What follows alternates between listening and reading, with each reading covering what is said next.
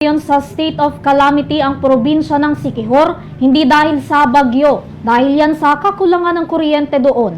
Apektado raw tuloy ang kabuhayan ng mga residente doon, partikular na ang turismo. Narito po ang aking report.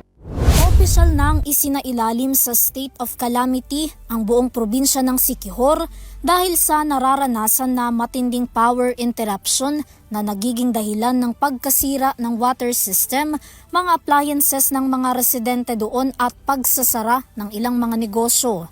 Sa inilabas na resolusyon ng Provincial Disaster Risk Reduction and Management Office o PDRRMO, napagdesisyon na ng pagsasailalim sa state of calamity, kasunod na rin ang mga reklamo na kanilang natatanggap sa pagkawala ng kuryente, tubig, signal sa komunikasyon at pagkawala ng access sa mga serbisyo ng gobyerno at mga private sectors.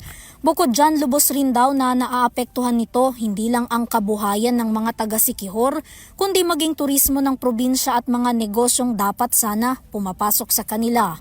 Ayon kay Siquijor Governor Jake Villa, halos isang buwan ng araw-araw na nagkakaroon ng blackout sa kanilang lalawigan na hindi raw biro dahil tumatagal ito ng 4 hanggang 6 na oras kada araw, mas matagal na oras pa raw sa ibang mga lugar.